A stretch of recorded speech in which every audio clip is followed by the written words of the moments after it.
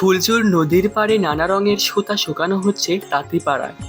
ফুলজুর বিদ্রুত সিরাজগঞ্জের রায়গঞ্জ উপজেলায় এমন তাঁতিপাড়া আছে গ্রামে গ্রামে। এখানকার তাঁতিরা লাল, নীল, সাদা, কালো, সবুজ সহ নানা রঙের সুতা ব্যবহার করেন লুঙ্গি বুনতে। তাঁতি বাড়িতে কাজ হয় ধাপে ধাপে, সুতার কাজটা সবার আগে। বাজার থেকে কিনে আনা সুতা ব্লিচিং মেশানো পানির মধ্যে ধোয়া প্রধান কাজ। কামারদের কাজ যেমন লোহা, কুমারদের মাটি, তাঁতিদের তেমন মূল হচ্ছে সুতা। তাঁত যন্ত্রে লুঙ্গি বানানোর আগে তাঁতিদের অনেকখানি সময় দিতে হয় শুধু এই সুতার পেছনে।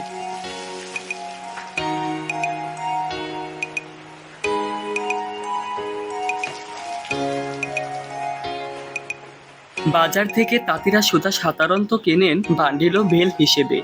10 পাউন্ডে 1 বান্ডিল, 400 পাউন্ডে 1 বেল।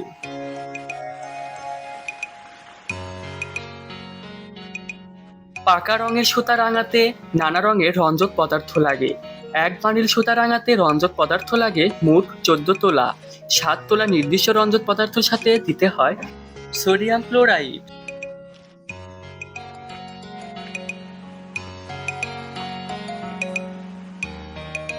রঞ্জক পদার্থ কড়াইয়ের গরম পানিতে জাল দিলে পাকা রং তৈরি হয়।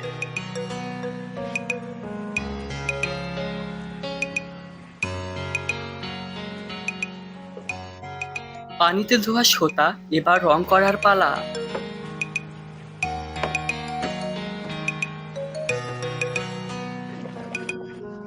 সুতার রং কতটা পাকা হবে তা নির্ভর করে রঞ্জক পদার্থের মান, তাপমাত্রা এবং সময় নিয়ন্ত্রণের উপর।